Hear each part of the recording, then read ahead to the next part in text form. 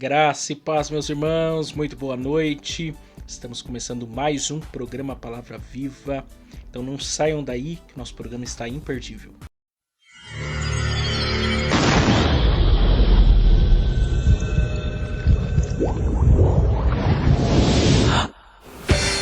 Agora, pela rádio Paz do Vale 95.1, está no ar o programa Palavra Viva.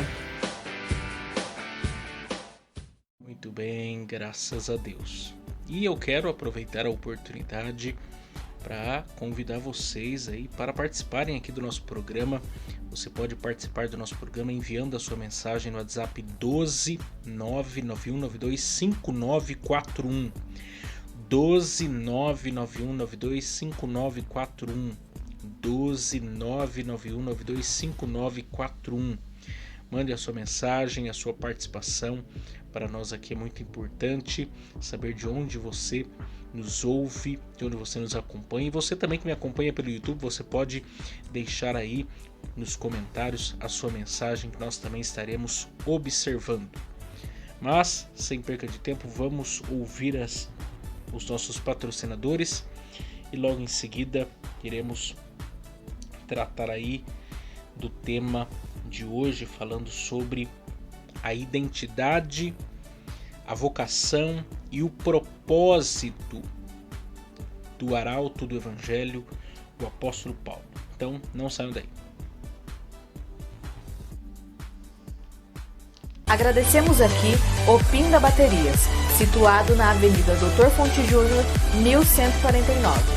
Maria Áurea, Pindamonhangaba, São Paulo. Telefone 12 3648 8135 ou 12 99191 3026. Bateria somente para carros a partir de R$ 150 com troca, em até 3 vezes sem juros. Tratar com Neide Ramos ou Cláudio Bueno. Também agradecemos a Mercearia Betel, situado na Rua Bulgária 355, Pazim, Pindamonhangaba, São Paulo. Telefone 12 98896 3701. E atenção lancheiros, produzimos o melhor pão de hambúrguer da cidade. Tratar com Wesley. Agradecemos também a Serralheria Venâncio. Telefone 12 98222 2300. Tratar com Cláudio Venâncio. Para confecção de portão basculante, grade, portão de correr, cobertura de policarbonato e toldos. Agradecemos também a Dona Maria Bolos e Salgados, situado na Avenida CTI 205, Bonfim, Taubaté, São Paulo. Telefone 12 3624 2875 ou 12 99230 5387. Facebook e Instagram, Dona Maria Bolos e Salgados. Lá eles possuem bolos decorados, bolos secos, bolos fitness, salgados fritos e assados, doces tradicionais e personalizados e bolos temáticos com pasta americana. Agradecemos aqui também a Gilear e Engenharia, situado na Galeria Barão, Box 14, centro de Pindamonhangaba, São Paulo. Telefone 12 98105 4725. Tratar com Eliel Ferreira para aprovação de projetos, desmembramento e unificação de lote. Muito bem, graças a Deus. Então vamos partir para a exposição aqui do nosso texto de hoje, da nossa porção de hoje aqui. Hoje eu quero meditar com vocês sobre a identidade, a vocação e o propósito do arauto do Evangelho, no caso aqui, o apóstolo Paulo. E para isso eu quero então ler juntamente com vocês o texto da carta de Paulo aos Romanos, capítulo 1 e o versículo de número 1, que nos diz assim: Paulo, servo do Senhor Jesus, chamado para apóstolo, separado para o Evangelho de Deus. Paulo, servo de Jesus Cristo, chamado para apóstolo, separado para o Evangelho de Deus. Essa é a primeira frase, essa é a primeira linha da carta do apóstolo Paulo aos Romanos. E nós podemos aqui destacar 3 pontos didáticos de explicação e aplicação para nós. O primeiro deles é a identidade de Paulo. O texto diz: Paulo, servo de Jesus Cristo. E eu acho aqui muito interessante porque muitas coisas nós poderíamos considerar a partir dessa declaração. Paulo como servo de Jesus Cristo. Mas a verdade é que Paulo usa aqui uma figura, a figura do escravo, a figura do servo, para dar início à sua fala aos crentes que estão em Roma. Acredita-se que só no Império Romano, daqueles dias, haviam cerca de 60 milhões de escravos. 60 milhões de escravos.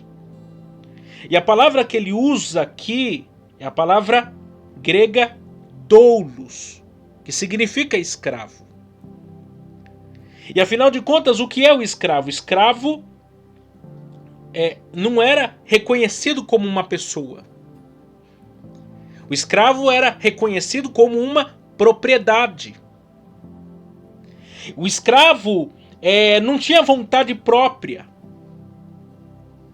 O escravo tinha por dever obedecer de forma involuntária o seu senhor. A escravidão era uma escravidão social, era uma escravidão física, era uma escravidão psicológica. Ele estava ali apenas para cumprir com um dever, cumprir com um papel, como uma propriedade.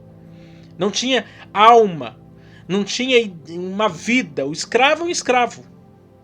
Ele está à mercê daquilo que o seu senhor ordena, daquilo que o seu senhor define, decide. E Paulo usa aqui a figura do escravo e se denomina como o quê? Como escravo de Jesus Cristo. E é bem verdade que essa declaração nos faz refletir. Porque a grande questão aqui não é nem tanto o fato de ser escravo, mas é o fato de ser escravo do Senhor Jesus Cristo. A questão está no seu Senhor. O Senhor é Jesus Cristo. O Senhor é Jesus Cristo. E aí você pode perceber que num contexto anterior da nossa vida antes de Jesus, de antes de termos Jesus como nosso Senhor, nós éramos escravos. E escravos do quê? Escravos do pecado. Escravos da carne. Escravos do mundo. Escravos de Satanás. Estávamos à mercê dos nossos desejos pecaminosos, aprisionados aos nossos delitos e pecados. Mas a partir do momento em que Jesus, como nosso único e suficiente Salvador, nos resgata, ou seja, nos salva, nos compra de volta. A própria ideia da palavra redenção é desse contexto aqui, é a ideia de comprado de volta. Você pare para pensar, o Império Romano conquistava muitos povos e fazia desses povos depois conquistados, muitos deles de escravos. Aqueles que eram vencidos tornavam-se escravos, vassalos do império ganhador, da nação vencedora. E aí esses eram levados para Roma ou para qualquer outra localidade eram vendidos no mercado de escravos. E aí vem a ideia de redenção, que é alguém comprado, é um escravo comprado de um outro senhor. Veja bem que a nossa identidade, ela é essa, escravo. O que muda não é a nossa identidade, o que muda não é a nossa condição, a nossa realidade. Porque ou você é escravo do pecado, da carne, do mundo, do diabo, ou você é escravo de Cristo. E a verdade é que ser escravo de Cristo é, na verdade, não ser escravo. Porque nós não estamos falando de um senhor carrasco. Nós não estamos falando de um senhor opressor. Não estamos falando de um senhor mau, que nos trata como uma propriedade qualquer, descartável, para os seus próprios fins, seus próprios desejos. Não. Esse senhor que nos compra, ele nos compra com seu próprio sangue, para que nós nos tornemos dele. E ser comprado por esse senhor é ser, então, verdadeiramente livre. Porque ele nos comprou, ele nos resgatou com seu próprio sangue. O apóstolo Paulo usa-se muito dessa figura, muito dessa ideia nas suas cartas, quando ele escreve, por exemplo, 1 Coríntios, capítulo 6, o verso 19 e 20, que diz: ou não sabeis que o nosso corpo é o templo do Espírito Santo, que habita em vós, proveniente de Deus, e não sois de vós mesmos, porque fostes comprados por bom preço. Glorificai, pois, a Deus no vosso corpo e no vosso espírito, os quais pertencem a Deus. Ou seja, nós não somos de nós mesmos, nós somos de Cristo, nós somos do nosso Senhor. O nosso corpo, o nosso espírito, a nossa alma, tudo deve a Ele. Afinal de contas, Ele se entregou por nós. E eu acho lindo isso, porque essa nossa servidão, essa nossa posição de servo de Jesus Cristo, a qual nós estamos, não é uma posição que estamos por algo contra a nossa vontade, não. Eu convido a você a perguntar: tem alguém que quer deixar de ser servo de Jesus Cristo? Quer voltar a ser servo do pecado, do mundo, do diabo? Não, nós fomos resgatados, nós por nós mesmos não podíamos, mas ele pôde. E agora, ai de nós se sairmos da posição de escravos de Cristo, daí nós de fato estaríamos entrando na escravidão. Mas ser escravo de Cristo é ser verdadeiramente livre, porque Ele é um Senhor amoroso, que quer o nosso bem. Ele pagou um alto preço por nós. O próprio apóstolo Pedro, na sua carta, capítulo 1, verso 18 e 19, diz: mas com precioso sangue de Cristo, como de um cordeiro imaculado, incontaminado, qual na verdade em outro tempo foi conhecido ainda antes da fundação do mundo, para manifestado nesses últimos tempos por amor de vós. Ele nos comprou com seu precioso sangue.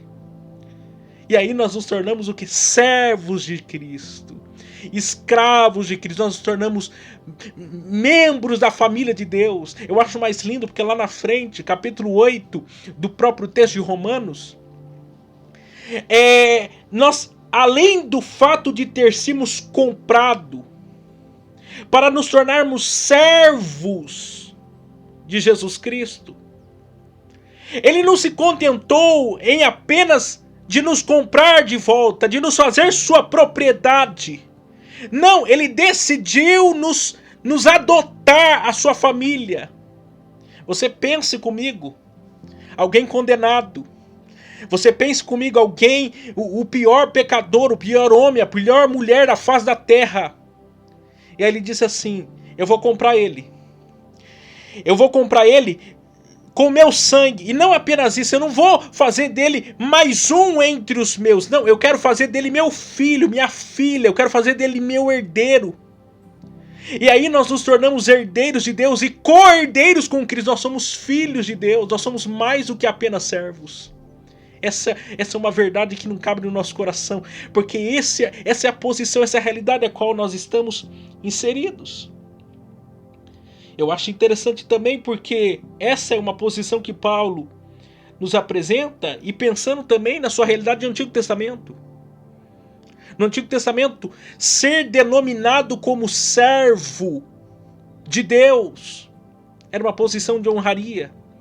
Uma posição em que os patriarcas, os reis, os profetas se colocavam. Ou seja, quando Paulo está dizendo eu sou o servo de Jesus Cristo, ele está se colocando na mesma posição de honra daqueles homens do passado, como Abraão, como Moisés, como Josué, como Davi, como Isaías, e até mesmo a ideia do servo sofredor de Isaías. Ele está se colocando numa posição de honraria, porque não existe melhor condição, não existe melhor identidade para nós a não ser a de servos. Servo do nosso Senhor Jesus Cristo. Paulo se apresenta como servo. Eu era antes perseguidor da igreja, eu era antes inimigo da cruz, eu era antes inimigo dos cristãos, eu era um perseguidor, mas agora eu sou servo. E sou servo desse Senhor Jesus Cristo. Ele me comprou, Ele me resgatou. A minha vida agora pertence total, inteiramente a Ele. Segunda verdade que nós podemos aprender aqui. Porque se você não entendeu a importância de ser servo, você precisa entender de fato o que é o Evangelho. Porque na verdade tem muita gente que está menosprezando a posição de servo. As pessoas querem ser elogiadas. As pessoas querem posições, querem ser reconhecidas por causa da sua graduação, por causa do seu mestrado, por causa do seu doutorado, porque é pastor, porque é bispo, porque é apóstolo, porque é vice-deus, e ninguém quer ser servo.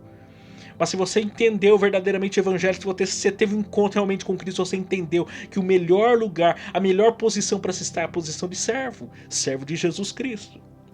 Mas em segundo lugar, Paulo se apresenta aqui como aquele que recebeu uma vocação de Deus. Nós temos a vocação de Paulo. E o texto continua dizendo, chamado para apóstolo. Então nós vemos aqui a identidade de Paulo era de servo de Jesus Cristo. Mas a vocação era de ser apóstolo. E a palavra apóstolo significa enviado. Daí vem a ideia de embaixador, emissário, mensageiro, representante do imperador ou de um rei. Ou seja, Paulo ele se apresenta não apenas como um apóstolo, mas como um apóstolo como os 12 e Matias eram. Paulo foi comissionado, foi vocacionado por Deus a ser apóstolo, como os 12 o foram e Matias foi.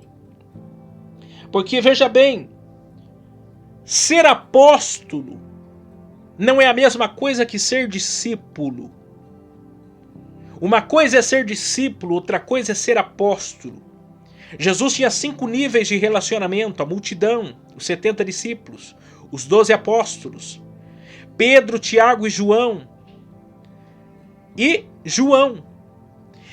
de todos esses que seguiram a Jesus, apenas 12 foram designados como apóstolos, mas posteriormente Matias e, enfim, o apóstolo Paulo. E por quê? Porque a posição de apóstolo é a posição de autoridade, de alguém representar o outro. Jesus escolheu 12, Jesus escolheu alguns para ser apóstolo. E lhes deu a autoridade para que na sua ausência eles pudessem o quê? Falar em seu nome. A posição de apóstolo é uma posição retida àquele grupo de pessoas que você vê no Novo Testamento.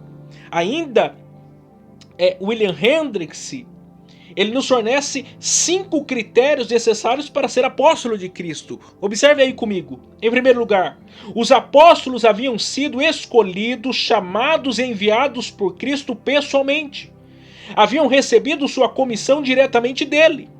Segundo, são qualificados por Jesus para suas tarefas e passam a ser testemunhas oculares de suas palavras e feitos, especialmente são as testemunhas de sua ressurreição. Em terceiro lugar, eles foram dotados numa medida especial com o Espírito Santo.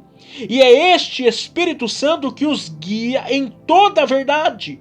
Em quarto lugar, Deus abençoa a sua obra, confirmando o seu valor por meio de sinais e milagres, e fazendo-os conduzir muitos frutos em seus labores. E em quinto lugar, seu ofício não se restringe a uma igreja local, nem se estende sobre um breve período de tempo. Ao contrário, ele se destina a toda a igreja e por toda a vida. Então perceba que, diante desse fato, a pergunta que eu faço para você é: como fica a situação dos apóstolos da atualidade? Porque tem muita gente se autodenominando como apóstolo, mas eu não consigo enxergar eles ou acharem eles dentro da perspectiva bíblica. Quem são os apóstolos da atualidade que nós poderíamos considerar apóstolos nos dias atuais? Os missionários. Aqueles que estão levando a preciosa semente. Como você vai encontrar alguns personagens no próprio Novo Testamento que eram chamados de apóstolos. Mas nesse sentido de ser missionário, mas não no sentido da autoridade conferida por Jesus. Que caminhou com Jesus, que recebeu seus ensinamentos, que viu ele em seu corpo glorificado, que foi uma testemunha ocular disso. Nós não temos apóstolos dessa forma mais nos dias atuais. O que nós temos hoje são missionários. Mas tem muita gente aí se auto-intitulando de apóstolo. Eu acho interessante uma frase de João Calvino, que ele diz assim: Paulo é servo de Jesus Cristo, como a maioria, e apóstolo por vocação de Deus, e não por atrevida usurpação. Ou seja, quem se autodenomina apóstolo nos dias atuais, na melhor das hipóteses, é um antibíblico, é um anti-evangelho, está em contradição à palavra de Deus, precisa se arrepender e contentar-se com talvez a sua posição de um missionário, vocacionado para levar a preciosa semente, mas não como um título conferido diretamente e pessoalmente pela pessoa de Cristo, porque isso está em contradição à palavra de Deus. Mas Paulo não. Paulo era apóstolo. Paulo era apóstolo. Paulo verdadeiramente foi vocacionado para isso. De modo que nós perseveramos na doutrina dos apóstolos. E Paulo é apóstolo, ele escreveu 13 das cartas que se encontram no Novo Testamento. E nós acreditamos como escritura, palavra de Jesus Cristo para a vida da igreja. Terceiro e último lugar, o propósito de Paulo. O texto conclui dizendo: separado para o Evangelho de Deus. Separado para o Evangelho de Deus. E aí nós podemos aqui destacar essa frase em 3 palavras. Em primeiro lugar, separado. E aí muitos personagens da Bíblia foram separados. Isaac, Jacó, José, Moisés, Sansão, Jeremias, João Batista, Jesus e o apóstolo Paulo. Ele diz em Gálatas 1,15: mas quando aprouve a Deus que desde o ventre de minha mãe me separou e me chamou pela sua graça. Ainda em Atos dos Apóstolos, capítulo 9, verso 15, Deus dizendo a Ananias sobre Paulo diz: vai, porque este é para mim um vaso escolhido para levar meu nome diante dos gentios e dos reis e dos filhos de Deus. Paulo, ele era separado, ele foi separado para um propósito. Separado desde o ventre, para levar a mensagem. A segunda palavra, nós temos a palavra evangelho.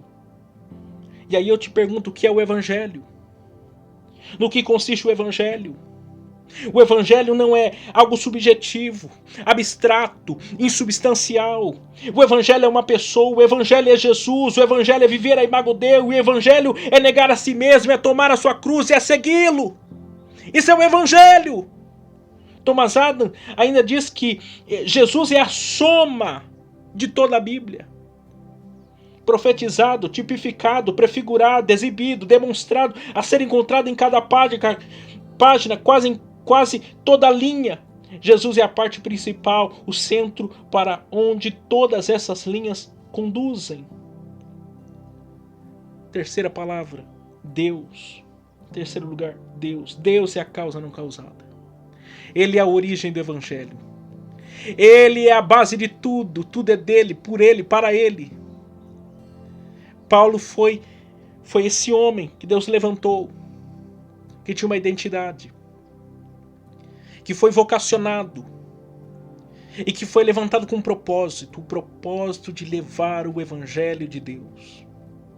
Que eu e você venhamos entender essa mensagem e aplicar ao nosso coração, desejando cada dia mais ser servo do nosso Senhor Jesus Cristo, ser escravo de Jesus Cristo. De dedicar a nossa vida ao trabalho da pregação do Evangelho, com os nossos dons, talentos e aptidões que Ele nos deu, com o propósito de levar o bom e glorioso Evangelho do nosso Senhor Jesus Cristo. Que Deus abençoe vocês e que amanhã nós estaremos de volta aqui para dar continuidade à nossa série, aprendendo cada dia mais da Palavra de Deus. Deus abençoe vocês e até amanhã.